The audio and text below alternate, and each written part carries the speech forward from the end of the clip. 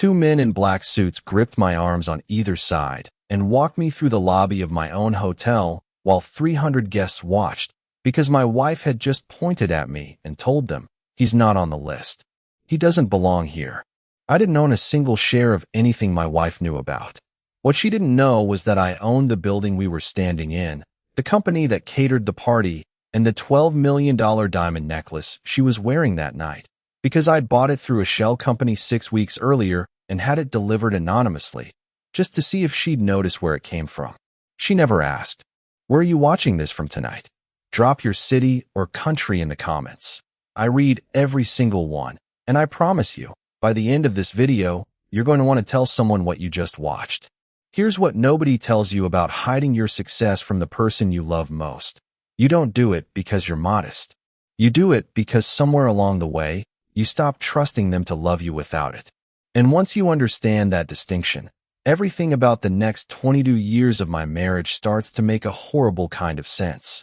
Most people who hear a story like this assume it's about revenge. The humiliated husband finally gets to show everyone how wrong they were. Cue the dramatic unveiling. Roll credits. I want to tell you right now, that's not what this is.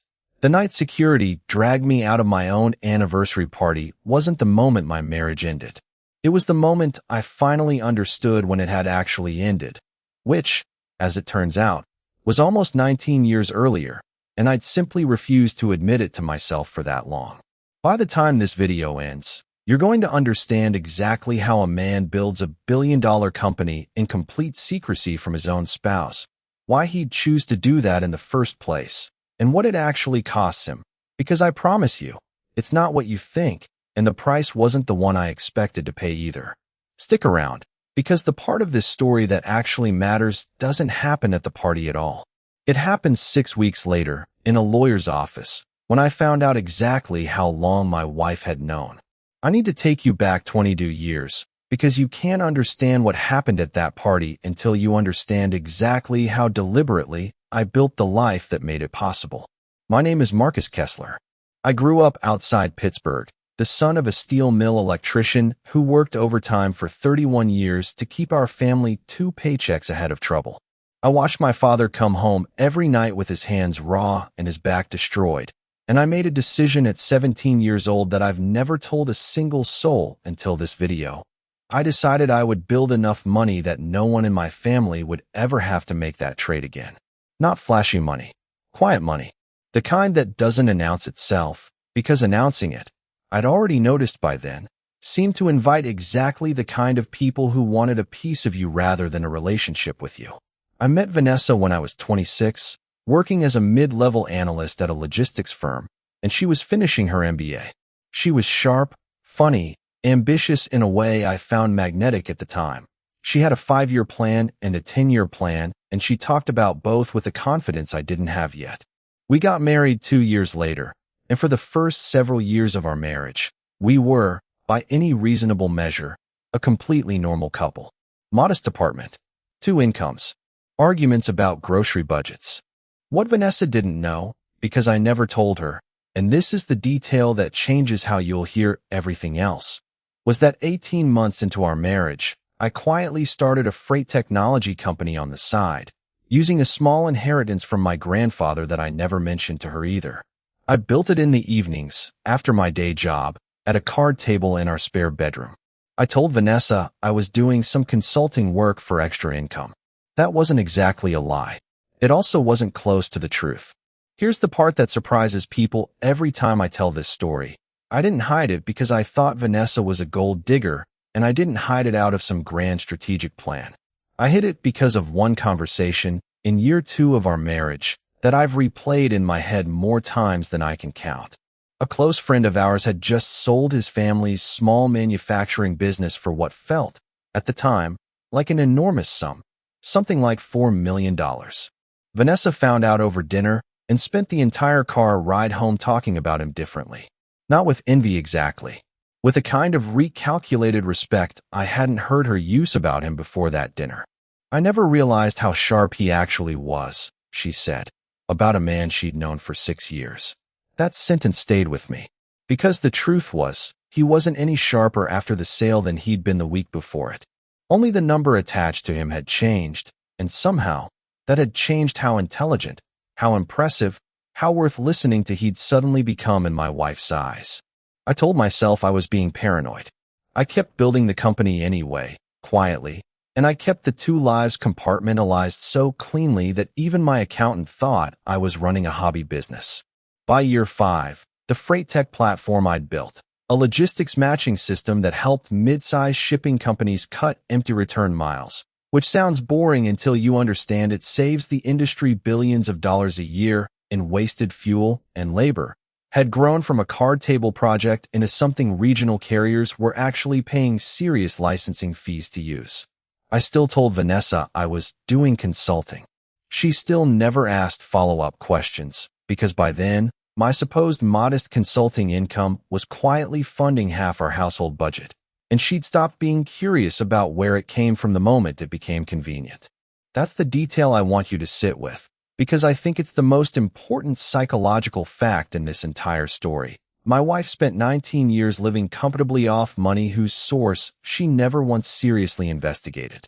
Not because she wasn't smart enough to ask the right questions, because she'd decided, somewhere early on, that she didn't need to understand me to benefit from me.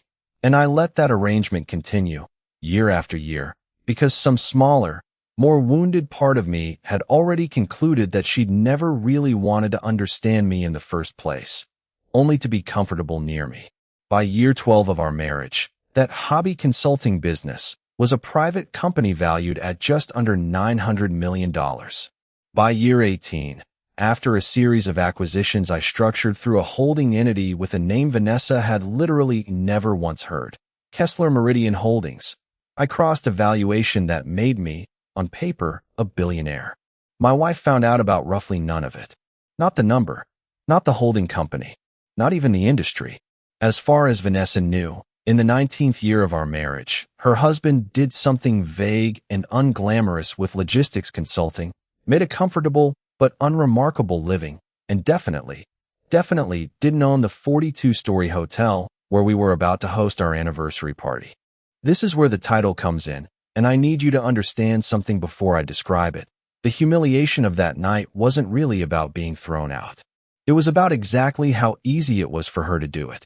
Our 19th anniversary fell on a Saturday in October, and Vanessa had spent nearly 4 months planning what she kept calling the party of the year.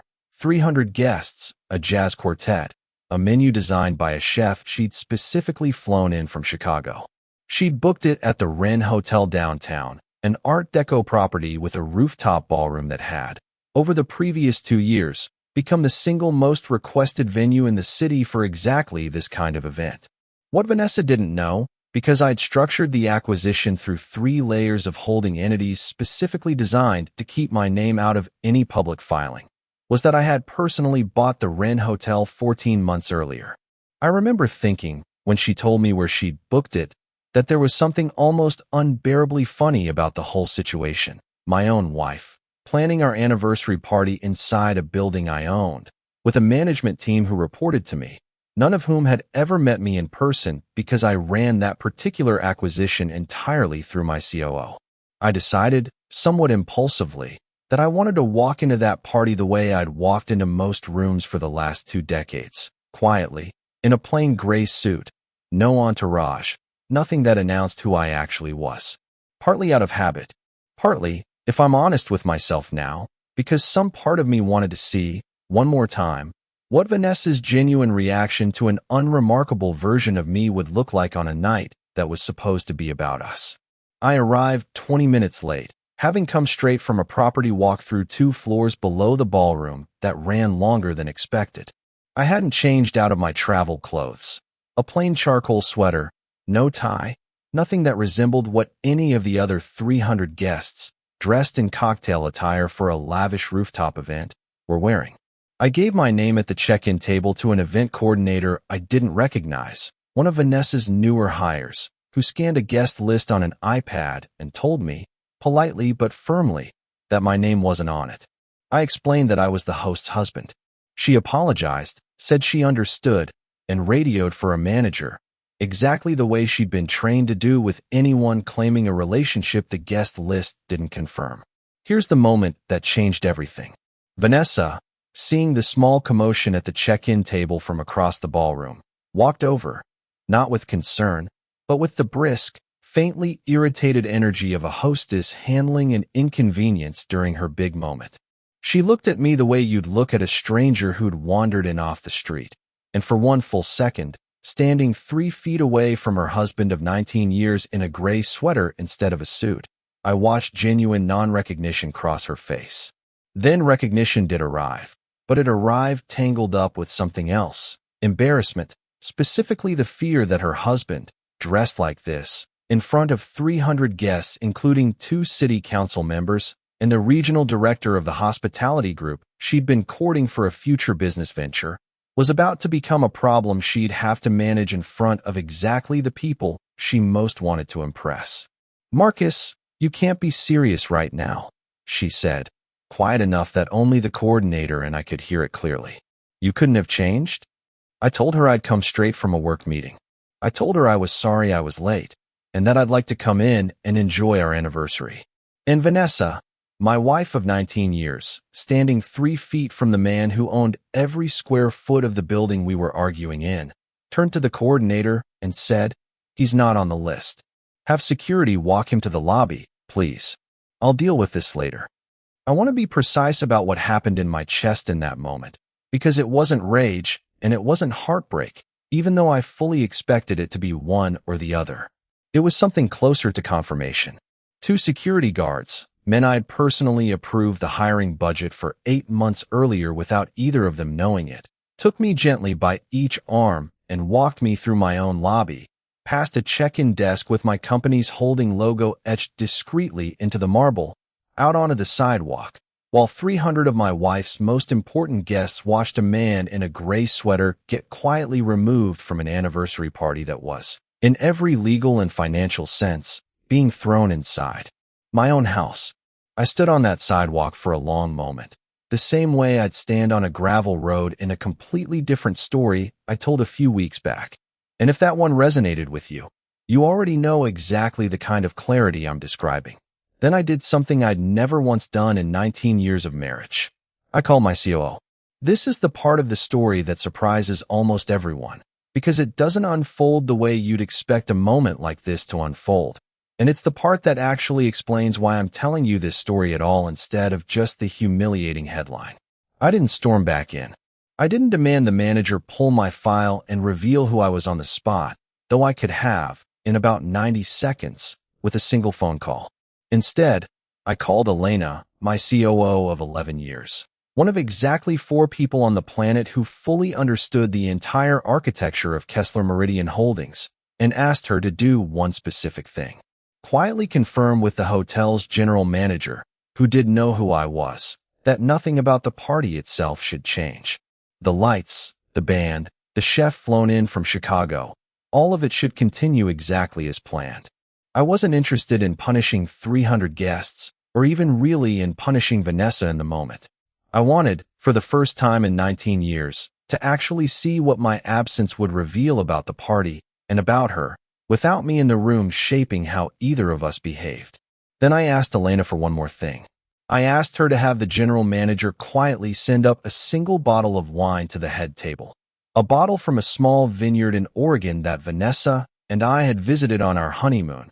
One she'd mentioned missing at least a dozen times over the years, a bottle that, as far as I knew, wasn't sold anywhere within 400 miles of that hotel, because I'd personally arranged for the hotel's private cellar to carry 6 bottles of it 18 months earlier, for reasons I honestly couldn't fully explain to myself at the time beyond a vague, sentimental hope that I'd eventually get the chance to surprise her with it.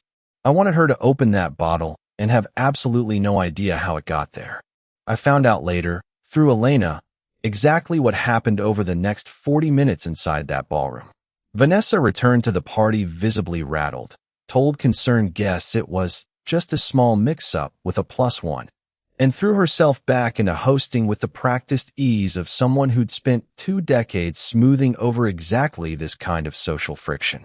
About 20 minutes in, the wine arrived at the head table, unannounced, with a small card that read only, "Compliments of the house, for a special anniversary. Elena told me Vanessa read the label, went completely silent for a moment, and then asked the server 3 separate times where it had come from. The server, who genuinely didn't know because the request had come from 3 management layers above him, could only tell her the general manager's office. I think that's the moment, not the mansion reveal, not a dramatic confrontation, just an unexplainable bottle of wine from our honeymoon appearing at a party where her husband had just been thrown out. That something in Vanessa actually started to unravel. Because for the first time in 19 years, she was confronted with a piece of evidence she couldn't immediately explain away. And evidence you can't explain away is the only thing that's ever actually forced anyone to ask a real question about a person they'd stopped being curious about. She called me 4 times over the next hour. I didn't answer any of them. Stick with me here, because this section is the actual reason I'm telling you this story. Not the party, not the wine, this part right here. 6 weeks after that night, Vanessa's attorney contacted mine, requesting what's called a financial disclosure meeting, standard practice once a spouse formally suspects, or has been told, that there's more to a marriage's finances than they'd previously understood. I want to be honest about how that meeting happened, because in the 6 weeks between the party and that conference room, Vanessa had done exactly what I expected her to do, and exactly what disappointed me more than the party itself ever did. She hired a private investigator, not to find out if I was having an affair, which is what I initially assumed when my attorney told me, to find out how much I was actually worth. She'd apparently noticed enough small inconsistencies over the years, property records she'd never thought to check, a holding company name that occasionally appeared on paperwork she'd signed without reading closely, my strange, specific familiarity with the Wren Hotel staff on the night of the party, to suspect there was real money somewhere behind the vague, logistics consulting story she'd accepted without question for 19 years. And once she suspected it, her very first move wasn't to ask me directly. It was to quietly build a legal case around it. I found that out sitting across a conference table from her, for attorneys and a financial forensics specialist between us, on a rainy Tuesday afternoon in November. My attorney slid across a folder containing the full, audited valuation of Kessler Meridian Holdings, the freight technology platform, the hotel portfolio that included the Wren, a controlling stake in 2 regional logistics carriers, real estate holdings across 6 states. Total valuation, north of $2.1 billion. Vanessa's face, reading that number for the first time, didn't register the shock I'd braced myself for. It registered something closer to vindication. The exact same expression she'd had at that dinner years earlier, learning our friend had sold his manufacturing business for $4 million. I never realized how sharp he actually was. Here's the framework I want to leave you with, because I think it matters far beyond this one marriage, far beyond money entirely. There's a specific, quiet cruelty in a partner who investigates your worth instead of asking about your life. For 19 years, Vanessa had every opportunity in the world to ask me real questions. What exactly do you do all day? Who are your business partners? What does consulting actually mean at the scale that's apparently funding a private school tuition and a lake house?